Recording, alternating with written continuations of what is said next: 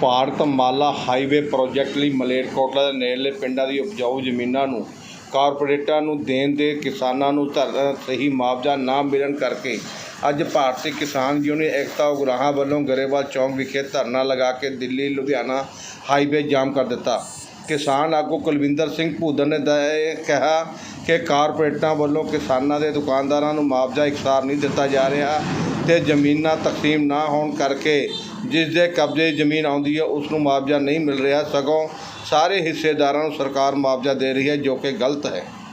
ਦੇ ਵਿੱਚ ਕਾਂਗਰਸ ਦੀ ਸਰਕਾਰ ਬਣੀ, ਉਸ ਸਰਕਾਰ ਕੋਲੇ 5 ਸਾਲਾ ਯੋਜਨਾ ਵਾਸਤੇ हर सरकार 5 साल योजना बनाती है कि सड़कों वास्ते कितना पैसा होगा, तालीम वास्ते कितना पैसा होगा, सेहत वास्ते कितना पैसा होगा, बढ़ेपा पेंशन वास्ते पैसा वास्ते 5 साल योजना बनाती है।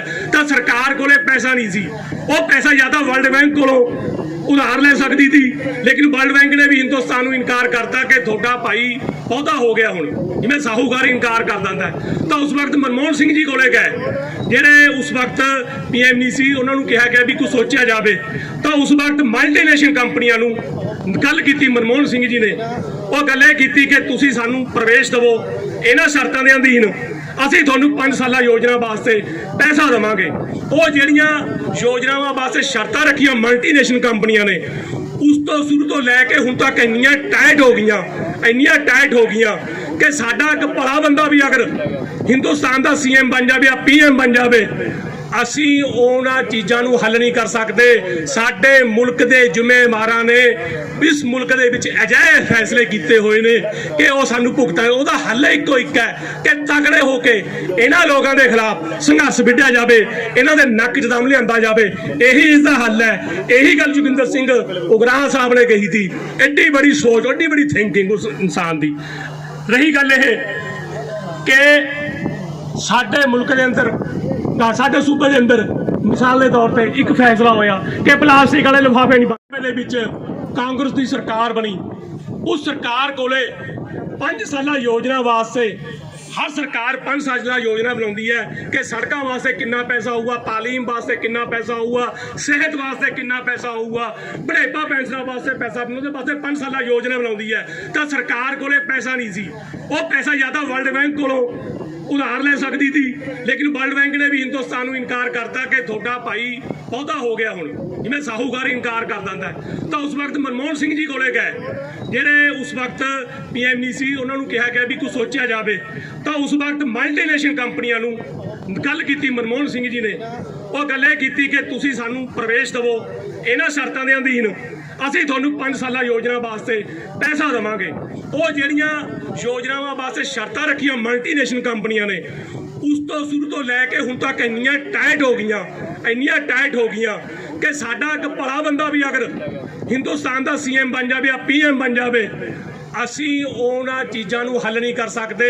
साडे मुल्क के जिम्मेवारां ने इस मुल्क दे विच अजिहे फैसले किए हुए ने कि वह सानूं भुगतना, उहदा हल इक्को एक है कि तगड़े होके इन्हां लोगों के खिलाफ संघर्ष विढ़िया जाए, इन्हां दे नक च दम लिआंदा जाए, यही इसका हल है। यही गल जोगिंदर सिंह उगराहां साहब ने कही थी। एड्डी बड़ी सोच, एड्डी बड़ी थिंकिंग उस इंसान की। रही गल ये कि साडे मुल्क के अंदर, साडे सूबे के अंदर मिसाल के तौर पर एक फैसला होया कि प्लास्टिक वाले लिफाफे नहीं। ਢਿੱਲੋਂ ਸਾਹਿਬ ਜਿਹੜਾ ਅੱਜ ਧਰਨਾ ਲੱਗਿਆ ਕਿਸਾਨਾਂ ਦਾ, ਇਹਦੇ ਬਾਰੇ ਕੀ ਕਹੋਗੇ? ਇਹ ਸੈਂਟਰ ਸਰਕਾਰ ਦੀ ਸ਼ਹਿ 'ਤੇ ਇਹ ਡਰਾਮਾ ਹੋ ਰਿਹਾ ਹੈ। ਕਿਸਾਨਾਂ ਨਾਲ ਨਿਰਾ ਤੇ ਨਿਰਾ ਧੱਕਾ ਹੋ ਰਿਹਾ ਹੈ। ਉਹਨਾਂ ਨੂੰ ਲਾਲਚ ਦੇ ਕੇ ਉਹਨਾਂ ਨੂੰ ਹੋਰ ਤਰੀਕੇ ਨਾਲ ਉਹਨਾਂ ਦੀਆਂ ਜ਼ਮੀਨਾਂ ਨੂੰ ਉਹਨਾਂ ਨੂੰ ਅਕਵਾਇਰ ਕੀਤਾ ਜਾ ਰਿਹਾ ਹੈ। ਅਗਰ ਇਹ ਸਿਲਸਿਲਾ ਇਸ ਤਰ੍ਹਾਂ ਹੀ ਚੱਲਦਾ ਰਿਹਾ ਤਾਂ ਸਾਨੂੰ ਆਉਣ ਵਾਲੇ ਸਮੇਂ 'ਚ ਅਨਾਜ ਦੀ ਬਹੁਤ ਜ਼ਿਆਦਾ ਘਾਟ ਮਹਿਸੂਸ ਹੋਊਗੀ ਅਤੇ ਆਉਣ ਵਾਲੇ ਸਾਨੂੰ ਖੇਤੀ ਕਰਨ ਖਾਤਰ ਸਾਨੂੰ ਜ਼ਮੀਨ ਸਾਡੇ ਕੋਲ ਕਿਸੇ ਵੀ ਪਾਸੇ ਨੂੰ ਬਚਣੀ ਨਹੀਂ ਹੈ। ਜਿੰਦਾਬਾਦ ਕੁਲਵਿੰਦਰ ਜੀ, ਜਿਹੜਾ ਅੱਜ ਦਾ ਧਰਨਾ ਤੁਸੀਂ ਤਾਂ ਲਾਇਆ, ਰੋਜ਼ ਜਾਮ ਕੀਤਾ, ਜਿੰਦਾਬਾਦ। ਪਿਛਲੇ ਦਿਨਾਂ ਤੁਹਾਡੇ 9 ਦਿਨ ਤੋਂ ਧਰਨੇ ਚੱਲ ਰਹੇ ਕਿਸਾਨਾਂ ਮਜ਼ਦੂਰਾਂ ਦਾ ਕੀ ਉਸੇ ਕੜੀ ਦੇ ਤਹਿਤ ਇਹ ਜਿਹੜਾ ਸਾਡੀਆਂ ਰੋਡ ਨਿਕਲ ਰਿਹਾ ਇੱਥੋਂ ਦੀ ਨੌਜਵਾਨਾਂ ਦਾ ਰਾੜਮਾ ਪਿੰਡ ਦੇ ਵਿੱਚ, ਉਹਦੇ ਸੰਬੰਧ ਵਿੱਚ ਅੱਜ ਸਾਡੇ ਧਰਨੇ 10 ਦਿਨ ਹੋ ਗਏ ਲਗਾਤਾਰ ਰਾੜਮਾ ਪਿੰਡ ਦੇ ਵਿੱਚ 24 ਘੰਟੇ ਚੱਲਦਾ।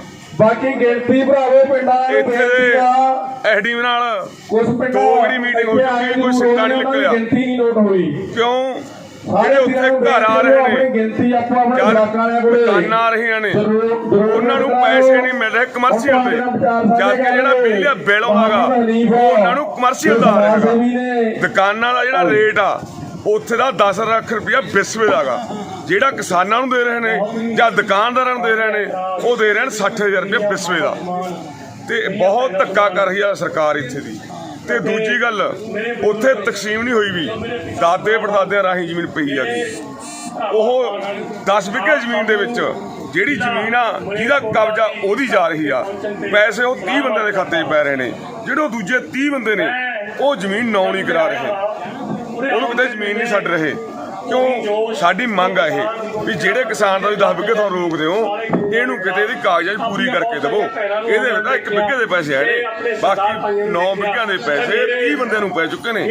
ਉਹ ਬੰਦੇ ਪੈਸੇ ਚੱਕ ਕੇ ਉਹਦੇ ਘਰਾਂ ਨੂੰ ਤੁਰ ਗਏ। ਉਹ ਕਿਸਾਨ ਰੋਂਦੇ ਨੇ, ਲੜਦੇ ਨੇ, ਜਾਂ ਜਿਹੜੇ 2 ਭਾਈਆਂ ਦੀ ਜ਼ਮੀਨ ਜਾਂ ਮੋਟਰ ਐਨ ਵਿੱਚ ਆ ਗਈ ਰੋਡ ਦੇ, ਉਹ ਇੱਕ ਭਰਾ ਦਾ ਖਿੱਚ ਕਰਦਾ ਕਿ ਮੇਰੀ ਰੋਡ ਦੇ ਕਲੈਸੇ ਜ਼ਮੀਨ 13 ਵਿਗੇ ਤੋਂ, ਦੂਜਾ ਕਹਿੰਦਾ ਮੇਰੀ 12 ਇੱਧਰ ਆ, ਉਹ ਕਹਿੰਦਾ ਇੱਧਰ ਲੱਗਣੀ ਚਾਹੀਦੀ, ਉਹ ਕਹਿੰਦਾ ਇੱਧਰ ਲੱਗਣੀ ਚਾਹੀਦੀ ਆ। ਵੱਡੀ ਲੜਾਈ ਹੋ ਰਹੀ ਆ, ਉੱਥੇ ਕਨੈਕਸ਼ਨ 2 ਹੋਣੇ ਚਾਹੀਦੇ ਨੇ, ਇੱਕ ਭਰਾ ਨੂੰ ਉੱਧਰਲੇ ਪਾਸੇ ਲੱਗਣਾ ਚਾਹੀਦਾ, ਇੱਕ ਨੂੰ ਉੱਧਰਲੇ ਪਾਸੇ ਲੱਗਣਾ ਚਾਹੀਦਾ। ਕਿਉਂ ਰੋਡ ਉੱਤੋਂ ਦੀ ਕੋਈ ਰਸਤਾ ਨਹੀਂ ਹੈਗਾ, ਰੋਡ ਦੇ ਹੇਠਾਂ ਦੀ 3 ਮੀਟਰ 300 ਮੀਟਰ ਤੋਂ ਰਸਤਾ ਹੈਗਾ। ਜੋ 300 ਮੀਟਰ ਤੋਂ ਕਿਸਾਨ ਜਾਊਗਾ ਤੁਰ ਕੇ, ਜਦ ਨੂੰ ਉੱਧਰੋਂ ਦਾ ਨੁਕਸਾਨ ਬਹੁਤ ਵੱਡਾ ਹੋਊਗਾ। ਕਿਉਂ ਜੇ ਨਹੀਂ ਲਾਂਘਾ ਦੇਣਾ ਜਾਂ ਤਾਂ ਥਾਂ ਲਾਂਘਾ ਦਿਓ ਜਿੱਥੇ ਇੱਥੇ ਜ਼ਮੀਨ ਆ ਗਈ, ਜੇ ਨਹੀਂ ਲਾਂਘਾ ਦੇਣਾ ਤਾਂ ਮੁੱਖ ਕਨੈਕਸ਼ਨ 2 ਕਰੋ। ਆਹ ਸਾਡੀ ਮੰਗ ਹੈ।